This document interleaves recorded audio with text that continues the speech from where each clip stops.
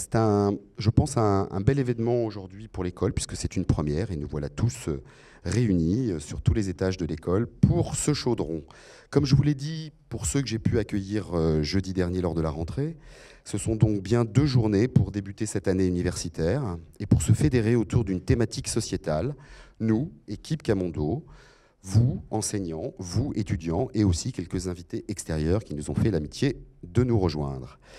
Donc 2 jours d'ébullition de la pensée pour donner une dynamique, pour créer une pensée collective et nous donner les clés pour construire notre, mais surtout votre propre positionnement sur ce sujet. À mon sens, ce qui importe dans une école, c'est bien sûr de valoriser la pensée qu'elle produit. Alors bien sûr, avant tout, la pensée des étudiants, encadrés par leur corps enseignant, mais aussi, et je voudrais qu'on s'en fixe l'ambition, d'influer sur le devenir aussi d'une profession, celle d'architecte d'intérieur, designer. Donc pendant ces 2 jours de conférences et de débats, donc du sol au plafond de l'école, nous avons plus de 40 intervenants, artistes, designers, architectes, architectes d'intérieur, philosophes, avocats, juristes, enseignants, universitaires, journalistes, entrepreneurs qui viennent partager leur vision de la propriété. Ils nous livrent leurs clés dans un désordre savamment agencé, pour que chacun d'entre nous puisse y trouver le sens et l'apport qui, j'espère, le fera grandir. Alors, puisque pour cette première année, j'ai choisi cette thématique de la propriété, je dois vous donner quelques explications du pourquoi de la propriété.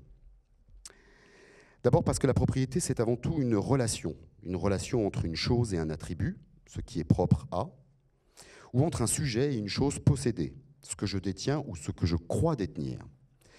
Beaucoup de philosophes, d'intellectuels, de refondateurs politiques, de sociologues, de créateurs se sont pour beaucoup positionnés sur cette question. Cette relation qui traverse les notions de possession, d'exclusion, mais aussi de partage ou d'appropriation individuelle et collective. C'est donc, vous l'aurez compris, une question éminemment politique. Et je pense qu'une école qui ambitionne de former des concepteurs des espaces d'aujourd'hui et de demain, puisque c'est bien l'objet de l'école Camondo, ne peut s'en exonérer. Alors c'est une question politique, mais c'est aussi une question éminemment sociétale. Elle est traversée par de très grands bouleversements. Bouleversements d'abord parce que, vous le voyez tous, nous passons d'une société du partage et de la circulation des biens à celle du partage de la connaissance. La verticalité de la connaissance descendante laisse place progressivement à celle d'une horizontalité partagée, dont les règles sont en train de se définir jour après jour. L'accès dématérialisé, rapide, souvent sans filtre à l'information et à la connaissance, vient même jusqu'à modifier la structure mentale des jeunes générations. Vous avez, vous toutes et tous, dans cette salle et au 2e et au 1er, une construction de cerveau qui est différente de la nôtre, de la génération qui arrive après. Et cela questionne évitablement celle d'une école, celle de la pédagogie, et donc celle d'une école supérieure comme l'école Camondo. Deuxième raison aussi de bouleversement, puisque nous sommes dans une école de création, se place au cœur finalement de tout sujet la question de la propriété de la création, mais aussi de la conception, et aussi celle de la réalisation. Donc c'est une question de designer. Et pour ceux d'entre vous qui connaissent son travail, Enzo Mari, il y a 40 ans, avait brillamment soulevé cette question, qui aujourd'hui est une question encore plus ouverte et encore plus pointue à l'heure de l'open source, du do-it-yourself. Et je crois que pour les designers que vous prétendez être dans le futur, c'est une vraie question de stratégie. Enfin, troisième raison, parce que la question de la propriété se déduit de la question de l'usage, de la capacité d'utiliser les biens et les services. Alors la génération des millennials, que vous représentez aujourd'hui, qui n'est pas la nôtre, je crois, j'ai le sentiment, mais c'est vous qui confirmerez ou infirmerez ce sentiment, souhaite plus avoir accès aux choses que les posséder. Alors on peut se poser la question, et peut-être qu'on y répondra au travers de ces 2 journées, la question de la propriété ne restera telle que celle de la propriété du sol et de l'immobilier, et la question de l'objet est-elle condamnée peut-être à uniquement occuper l'espace muséal. Je pense que c'est une vraie question qu'on doit se poser en tant que designer et aménageur d'espace. C'est vrai qu'aujourd'hui, Tout tend au partage, on covoiture, on cowork, on coloue, on transfère de la sphère privée à la sphère partagée des savoir-faire, qu'ils soient simples ou technologiques. Alors dessiner les espaces qui abritent ces fonctions en mouvement de notre quotidien nécessite évidemment pendant ces 2 journées de s'arrêter sur ces questions. Ce sont bien des questions en mouvement, et je crois que la question de la propriété l'est en mouvement. La propriété, si j'essayais d'esquisser très rapidement les 3 fonctions qu'elle peut représenter, ces 3 fonctions sont aujourd'hui instables. Je dirais la première, c'est d'abord sécuriser. Mais si on regarde bien, la valeur des biens aujourd'hui est très volatile. Elle est liée aux aléas du marché, qui dépend aujourd'hui d'autre chose que de la sphère productive. Et d'ailleurs, le marché de l'art est un exemple, je dirais, très flagrant de la volatilité de la valeur des choses. La deuxième vertu de la propriété, c'est aussi d'affirmer un statut social. Or, aujourd'hui, et je l'espère, je crois qu'aucun d'entre vous ne considère que affirmer son statut social passe par la possession d'une Rolex à 50 ans. Je fais référence à quelque chose dont vous avez peut-être entendu parler, qui est une intervention de Jacques Séguéla, un peu malheureuse, un jour sur un plateau de télévision, et qui disait que réussir sa vie, c'était posséder une Rolex à 50 ans. Je crois qu'aujourd'hui, enfin je l'espère, vous n'êtes pas dans cette logique-là de la possession et de l'affirmation de votre statut social par les objets que vous détenez. Et puis le troisième point, c'est aussi affirmer la réalisation de soi et affirmer une matérialité de sa conscience. Or, c'est vrai qu'on est aujourd'hui dans une vie très dématérialisée, dématérialisation des biens, et on est aussi à la recherche, je pense, accrue d'une forme de spiritualité, quelle qu'elle soit. Et donc tout concourt aujourd'hui à ce que la sphère des choses dites matérielles et terrestres soit de plus en plus cloudée. Alors cette zone d'instabilité, certains peuvent estimer que c'est une phase de notre vie et de notre transformation sociétale anxiogène. Eh bien, pour ma part, je fais plutôt le pari de dire que c'est une formidable occasion de repenser et de redéfinir un avenir sociétal différent. Donc voilà pour les quelques mots que je voulais dire pour introduire ces 2 journées. Alors j'en terminerai rapidement par de très très chaleureux remerciements. D'abord à tous ceux des intervenants qui, pendant ces 2 journées, ont répondu présents, puisque nous avons eu cette idée de chaudron il y a maintenant 3 mois, donc avec un été à l'intérieur. Et je les remercie d'avoir répondu présent pour nourrir ces 2 journées de réflexion collective. Bien sûr, je remercie l'équipe Camondo qui, jusqu'à hier soir, s'est pliée en 4 pour que tout soit en place et que le rideau se lève ce matin. Donc, un merci spécial à Sandrine, Alexis, Edith, Margaret, Bertrand et à l'ensemble de l'équipe qui a travaillé pour que tout se passe bien aujourd'hui. Et bien sûr, j'aurai quelques mentions spéciales.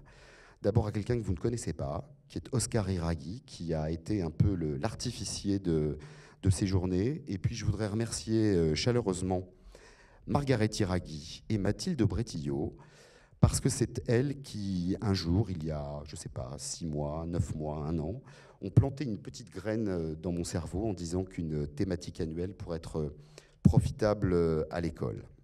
J'en finis par le feu d'artifice, qui est mes remerciements vraiment très chaleureux à Vincent Torgman, qui est le grand ordonnateur de ces 2 journées de chaudron et qui s'est investi de manière presque obsessionnelle, et c'était nécessaire pour que tout le monde réponde présent à ce rendez-vous, pour organiser ces 2 journées. Donc c'est vrai qu'il a ouvert très généreusement non seulement son cerveau, mais aussi ses connaissances, ses connexions. Je trouve que c'est un beau geste de partage qui, me semble-t-il, est propice à cette thématique annuelle de l'école Camondo, la propriété. Alors j'en ai terminé, je vais passer la parole à Vincent. Je voudrais juste préciser 2 petites choses d'ordre logistique. Nous avons fait venir une librairie en pop-up, qui est la librairie Chan, qui est donc installée au rez-de-chaussée de l'école et qui a fait une sélection d'ouvrages autour de la question de la propriété, mais aussi a eu la gentillesse de sélectionner des ouvrages qui ont été écrits et réalisés par les intervenants qui composent ces 2 journées du Chaudron. Donc n'hésitez pas à y passer, peut-être, si vous le souhaitez, à acheter quelques publications. En tout cas, c'est une manière aussi de vous nourrir. Et puis un deuxième aspect, un peu pratique et technique. Pour l'heure du déjeuner, nous avons un prestataire qui est venu pour nous fabriquer de bons sandwichs chauds, donc qui vous attendront au rez-de-chaussée de la cour anglaise. Donc merci à tous et à toutes d'être venus. Comme vous le savez, ce matin, nous sommes en diffusion live sur les 3 plateaux principaux de l'école. Mais à partir de 11h15, vous devrez faire le choix des conférences auxquelles vous souhaiterez assister, de 11h15 jusqu'à demain soir, 18h ou 19h. Donc je vous souhaite, et je nous souhaite, parce que c'est un moment partagé pour tous et de construction d'une culture de ce sujet, je nous souhaite un très beau chaudron. Merci.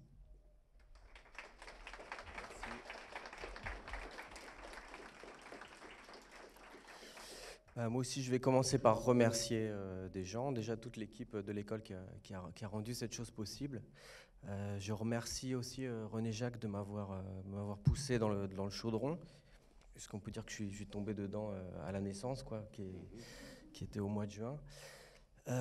Donc je ne sais pas très bien encore quel pouvoir ça me donne, peut-être d'essayer de vous dire quelque chose sans note, je ne sais pas. En tout cas, je vais essayer de rebondir sur ce que tu viens de dire. Je voudrais peut-être vous expliquer comment on a procédé pour partager un peu cette question, pour trouver comme ça 5 facettes, 5 angles d'attaque sur la question de la propriété, qui ne sont pas des boîtes fermées, mais qui sont plutôt des prémices, des pistes comme ça. Et ah oui. Ah voilà, Céline est arrivée, la première intervenante. Je voudrais déjà peut-être vous dire qu'une première chose, moi, que j'ai constatée, bon, déjà avant d'entrer dans le détail de la question de la propriété, je voudrais dire que je trouve ça vraiment passionnant de pouvoir commencer, d'avoir la chance de pouvoir commencer une année comme ça, à réfléchir tous ensemble dans ces 2 jours. Ce qui ne veut pas dire que dans le reste de l'année, on ne va pas réfléchir ensemble, c'est important, mais on va réfléchir en tout cas d'une manière un peu libérée, j'ai envie de dire des obligations scolaires, et des projets, du stress induit par les projets. Donc ça, je trouve que c'est très intéressant et je trouve que c'est très nécessaire dans notre discipline, donc qui est le design, l'architecture d'intérieur aujourd'hui. Je trouve que c'est très important de pouvoir avoir accès à une certaine ouverture qui nourrisse les projets, en sortant du cercle qui peut être parfois un peu limitatif, hein, je suis désolé, voire un peu incestueux de rester dans des questions internes au design ou internes à l'architecture d'intérieur. Des fois, je pense que ce n'est pas la manière la plus fertile de procéder pour inventer, en fait. Donc on espère vraiment que ces 2 journées, ça va vous donner de la matière pour inventer dans vos projets.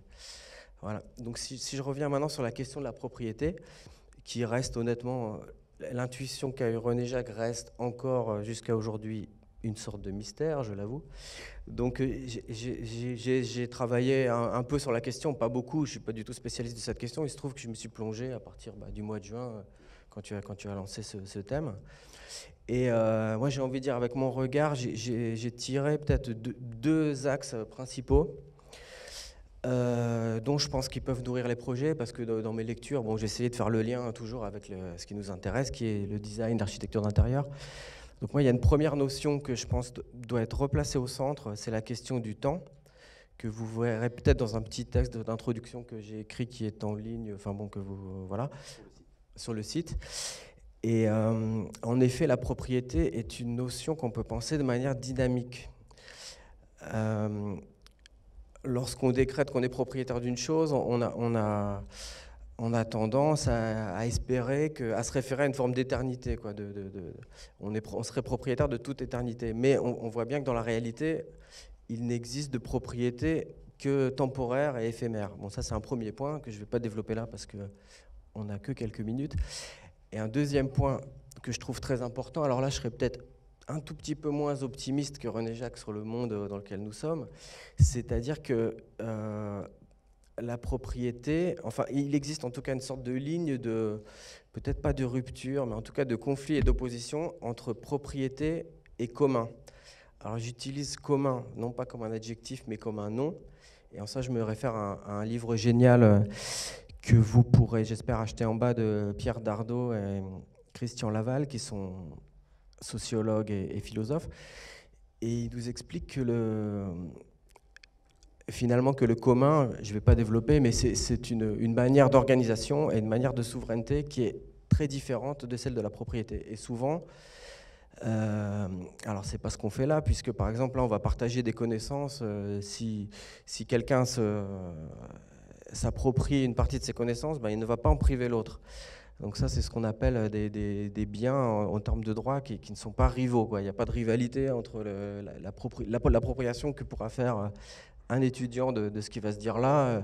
Il n'y a pas de rivalité avec l'appropriation que pourra en faire un autre. Et au contraire, peut-être ça va créer du commun et ça va créer encore plus de connaissances. Donc c'est une mécanique qui est assez différente de celle de la propriété, qui tend plutôt à créer ce qu'on appelle des enclosures ou des enclos. Alors ça, peut-être Hervé Lecronier, qui est un chercheur qui a travaillé sur la connaissance en fait comme commun, on peut dire rapidement, qui intervient demain. Je pense que lui, il va vous parler de ça en fait, par analogie avec un mouvement qui est né en fait en Angleterre au XIIIe siècle. En fait, il existait ce qu'on appelle les communs, c'est-à-dire c'est des territoires sur lesquels très rapidement les pauvres pouvaient glaner, pouvaient envoyer paître leurs bêtes, etc., pouvaient ramasser du bois, etc. Et le mouvement des enclosures, c'est un mouvement des propriétaires, donc des seigneurs qui ont mis des enclos et qui ont limité en fait le commun. Donc on voit qu'il y a un mouvement de limitation réciproque finalement entre propriété et commun. Donc ça peut être quelque chose, je pense aussi, qui questionne beaucoup les projets, notamment les projets d'espace, en termes d'occupation de l'espace. Mais ça peut nous intéresser aussi dans la conception d'objets. Donc, très rapidement, je vais un peu vous parler des 5 facettes comme ça de cette pierre grossièrement taillée qui est cette question de la propriété dont on va traiter. Alors la première, parce que c'est peut-être la plus évidente et c'est peut-être le sens le plus évident, on l'a appelée propriété des matières. Et là, moi j'avais en tête... alors c'est vrai que je suis un peu obsessionnel, tu as raison. Moi j'avais un peu une petite obsession sur Aristote en fait, qui est un... Ah ça je ne sais pas. Ça. En tout cas, Aristote c'est un philosophe grec très important qui a très rapidement, on hérite encore de sa pensée aujourd'hui. On subit des choses pour une part et pour d'autres, ça nous aide à penser. Il a écrit un ouvrage très important qui s'appelle La physique. Donc, qu'est-ce que c'est que la physique? Simplement, physis en grec, ça veut dire la nature. Donc, la physique, c'est un effort de la pensée pour comprendre la nature. Et depuis, disons, le XXe siècle, on a fait quand même des découvertes qui interrogent la matière d'une manière qui nous pose quand même beaucoup de problèmes, parce qu'on voit que quand on s'intéresse à l'infiniment petit, à la physique quantique, donc on voit qu'une particule peut occuper simultanément plusieurs places dans l'espace, enfin des choses comme ça complètement assez perturbantes qui font que les propriétés de la matière auxquelles on est habitué dans notre dimension, quoi, à notre échelle, elles sont quand même problématiques, elles sont des choses à questionner. Une autre manière de les questionner qui est très importante aujourd'hui, on est dans une phase quand même de crise énergétique. Bon, il y a des conflits géopolitiques, vous le savez très bien, liés à des appropriations d'énergie. On sait très bien aujourd'hui, pour produire des choses, pour les fabriquer, il faut de l'énergie. Donc, je pense, et là je m'appuie beaucoup sur quelqu'un qui s'appelle Gilbert Simondon, qui est aussi dans la bibliographie, qui est un philosophe des années 50, vraiment important, auquel se réfère beaucoup un philosophe plus contemporain, plus médiatique, qui s'appelle Bernard Stiegler. Il nous dit en fait que la matière, elle est à penser dans un couple matière-énergie. Donc dans les projets, ce sera intéressant aussi de s'intéresser à ce couple matière-énergie et non plus au simple couple matière-forme qui est finalement le couple traditionnel de la physique d'Aristote. En fait, voilà, Aristote nous dit, bon, pour faire une statue, il faut du marbre et on lui donne une forme, quoi. Et Simondon nous explique que ça, c'est un processus dynamique, donc je vous ai parlé rapidement du temps, et c'est aussi un processus qui implique de l'énergie et qui fabrique du déchet et qui, en fait, s'inscrit dans notre univers comme un effet de... Bon, je ne veux pas développer trop, mais Simondon s'appuie sur les dernières découvertes en physique, etc., et notamment en thermodynamique, et il parle beaucoup de la seconde loi, qui est la loi de l'entropie. Vous avez peut-être déjà entendu parler de ce truc-là. C'est-à-dire que dès qu'on produit quelque chose, en fait, et dès qu'on produit des états de stabilité de la matière, ou dès qu'on produit, par exemple, du vivant, bah, il apparaît dans l'univers de l'entropie. Par exemple, voilà, il y a de la chaleur qui se répand dans le cosmos, quoi. Donc en fait, toute cette question des propriétés de la matière, et ça on va en parler je pense avec Nicolas Darro et l'associé avec lequel il travaille, Olivier Dadoun, qui est physicien, et je pense qu'ils vont nous parler de ça. Tout en nous parlant aussi d'information, qui est une autre notion hyper importante, et là qui renvoie au code et à l'informatisation de la société et de notre société hyper industrielle. C'est-à-dire la matière ne peut plus se penser toute seule, quoi, voilà. Donc quand on dit propriété de la matière, on n'a pas dit grand-chose, quoi. Il faut penser aussi, je pense, information, matière, forme et énergie, pour être vraiment dans des enjeux contemporains, je pense. Voilà, ça c'était le premier point. J'espère que je ne parle pas trop, c'est bon. Alors, le deuxième point, on l'a appelé propriété des moyens de production. Donc ça, c'est une référence vraiment très explicite à Marx, que vous connaissez, dont vous avez entendu parler. Donc moi, je pense qu'il n'est pas besoin d'être un dangereux révolutionnaire pour s'intéresser à Marx.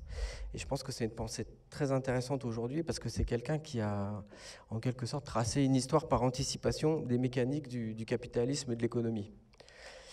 Et il y a un concept très important que vous connaissez tous chez Marx, qui est la prolétarisation. Donc qu'est-ce que c'est la prolétarisation ?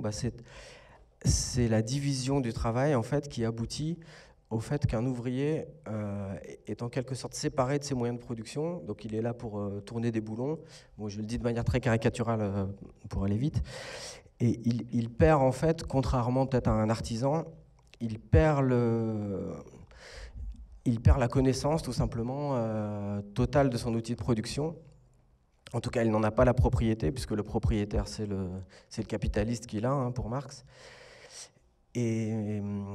Et donc, dans cette perte, en tout cas, peut être pensée aujourd'hui avec encore Bernard Stiegler, dont j'ai parlé rapidement. Lui, il l'étend aussi au savoir. Et Stiegler nous dit, à force de déléguer notre connaissance aux machines, par exemple, je fais une recherche orthographique sur Google, et il nous dit peut-être dans 10 ans, plus personne connaîtra l'orthographe, puisqu'elle aura été déléguée aux machines et à Google, et aux algorithmes de Google qui, eux, savent écrire les choses correctement. Donc ça, c'est aussi, pour Stiegler, une forme de prolétarisation de la pensée. Et aujourd'hui, on est quand même dans ce risque-là, en fait. On est dans une économie qui crée ce que les économistes eux-mêmes appellent des externalités négatives, et pudiquement, et au titre de ces externalités négatives, il y a aussi des pertes de souveraineté et des pertes de savoir. Donc on va se poser la question avec certains architectes et Caroline Ziegler, Pierre Brichet, qui sont designers, qui eux se sont réappropriés les moyens, qui fabriquent eux-mêmes en fait à la fois les conditions de leur projet et à la fois les moyens de les fabriquer et de les réaliser. Donc là on est dans des processus tout à fait, je pense, contemporains et qui ne contredisent pas les idées qu'avait pu avoir Marx, les intuitions qu'avait pu avoir Marx. La troisième face du problème, c'est la propriété intellectuelle. Bon, aujourd'hui, on considère que c'est un acquis, une chance pour un designer de pouvoir protéger ses créations. Et c'est vrai qu'en France, ça marche plutôt bien. Il y a des juristes, des avocats qui vont nous en parler. Mais il n'y a pas de consensus planétaire pour dire que la propriété intellectuelle est forcément une bonne chose. On a parlé des enclosures au tout début. La propriété intellectuelle peut aussi créer des phénomènes d'enclosure. C'est-à-dire que, par exemple, un laboratoire qui dépose une formule de médicament et qui interdit sa reproduction, eh ben, il en prive certaines populations qui peut-être en auraient besoin. Si on parle un petit peu du logiciel libre, il y a un monsieur très important qui s'appelle Richard Stallman qui a créé une licence. Bon, pour Stallman, carrément, la propriété intellectuelle, c'est une illusion, un mirage dangereux. Et il nous dit, en fait, ce monsieur a créé une licence qui s'appelle General Public License, GPU, qui est très structurante dans le milieu du logiciel libre et qui donne un outil juridique, en tout cas aux gens qui travaillent dans l'économie du logiciel libre. Pour lui, c'est vraiment la propriété intellectuelle, c'est une manière de s'accaparer le savoir par des propriétaires qui en privent d'autres personnes. Donc ça vaut aussi, par exemple, pour Hervé Lecronier qui va nous parler demain, il est un ancien bibliothécaire, donc il connaît très bien cette histoire de partage du savoir et d'archivage dans les bibliothèques. Donc la bibliothèque, c'est par exemple un type d'accès au savoir qui est plus proche du commun, d'un rapport au commun, que d'un rapport à la propriété, par exemple. Voilà, donc je vais passer rapidement au 4e point, parce que sinon on va y passer trop de temps. Le 4e point, c'est peut-être un des points les plus complexes qui reste encore à l'état d'hypothèse. On a intitulé ça de la propriété à l'usage. Donc René Jacques a parlé de toute cette économie aujourd'hui de ces startups, dont certaines ne sont plus des startups, sont des sociétés valorisées à plusieurs milliards de dollars. Il est aujourd'hui apparu des signes d'une économie que certains observateurs, on va dire pour les plus optimistes, ont appelé une économie du partage. Donc je pense à Rifkin, des gens comme ça pour qui en fait la propriété tendrait à disparaître et à être partagée. Mais on peut être aussi un petit peu critique si on regarde ce que fait par exemple Uber ou Airbnb. On peut ne pas penser qu'ils font disparaître la propriété. Uber, vous savez très bien qu'il faut quand même, il faut acheter sa voiture pour travailler pour Uber. Pour Airbnb, il faut louer son appartement, donc c'est une manière de valoriser sa propriété, mais qui ne fait pas en fait réellement disparaître la propriété. Alors les espaces dans lesquels la propriété disparaît, pour en trouver, il faudrait peut-être regarder plutôt du côté des communs justement, du côté du logiciel libre, du côté de peut-être certaines démarches comme la remunicipalisation de certains services publics, de l'utilisation de l'eau, par exemple dans la ville de Naples. Mais voilà, en tout cas, il est apparu un nouveau mot, dont peut-être Hervé Lecronier va nous parler, qui s'appelle le common washing. Donc il y a eu le greenwashing, mais maintenant il y a le common washing, c'est-à-dire c'est une logique propriétaire qui se masque en fait sous une communication et une idéologie du commun, alors qu'elle ne propose pas réellement de commun en fait. Voilà. Donc là, on passe maintenant au 5e et à la dernière face de la question, qu'on a intitulée appropriation et création. Ouais, j'ai quand même envie de vous parler 2 minutes parce que c'est la conclusion de Simondon, qui est quand même un philosophe hyper intéressant. Et lui, il nous parle il a façonné un concept qu'il appelle la transduction. Donc ça paraît un gros mot, mais en fait ça va aller très vite. C'est juste pour dire qu'en fait toute création, elle est dans un cycle dynamique et elle est un passage d'un état antérieur que Simondon appelle pré-individuel, parce que pour lui les choses en se créant s'individuent. Donc ça c'est un autre concept à lui qui s'appelle l'individuation. En fait dans ce passage, il y a un état antérieur préexistant et un état postérieur, mais il n'y a pas de réelle rupture entre tous ces états.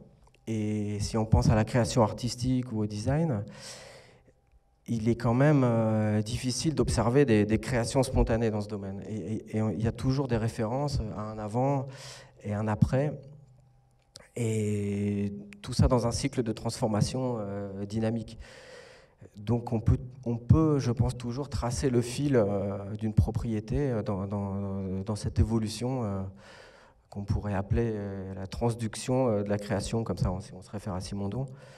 Peut-être une métaphore qu'on peut faire. On entend beaucoup le mot ADN, par exemple, dans le domaine. J'ai parlé au tout début d'information. L'ADN, c'est une information qui permet justement une individuation du vivant, quoi. C'est-à-dire on a un code qui détermine ce qu'est l'individu. Donc peut-être l'ADN de la création, si ADN il y a, c'est peut-être cet état qui précède la création et qui n'est jamais ignoré en fait quand on fait une création. Et dans le processus de création, il y a forcément une intégration du monde préexistant. Et je crois qu'on peut conclure là-dessus. en disant que ces cinq questions, elles nous ont aidé à organiser les conférences, mais elles ne sont pas des boîtes perméables du tout, et que toutes ces questions vont se recouper. Et enfin, qu'elles ne sont que des questions, c'est-à-dire on n'est pas là pour vous donner des réponses, on est là pour vous compliquer la tâche, mais en même temps vous rendre le métier plus passionnant, c'est-à-dire qu'on ne va pas vous donner de réponses, on va vous aider à vous poser des questions qui, j'espère, nourriront vos projets. Voilà. Merci.